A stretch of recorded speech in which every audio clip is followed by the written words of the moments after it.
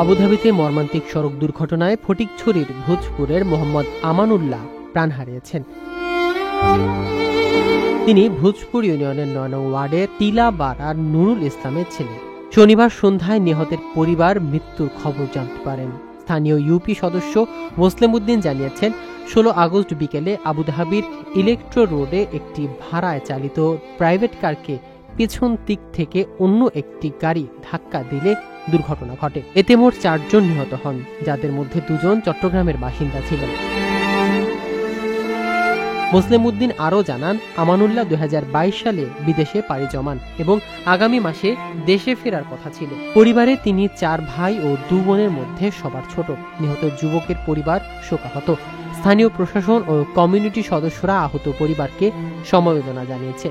দুর্ঘটনার পর স্থানীয় পুলিশ ও জরুরি সেবা ঘটনাস্থলে পৌঁছে পরিস্থিতি নিয়ন্ত্রণে এনেছে এবং নিহতের মরদেহ দেশে পাঠানোর প্রক্রিয়া শুরু হয়েছে। লক্ষাধিক টাকা বেতনে কর্মী নিচ্ছে জাপান। যেতে আগ্রহীরা যোগাযোগ করুন স্ক্রিনে দেয়া নাম্বারে।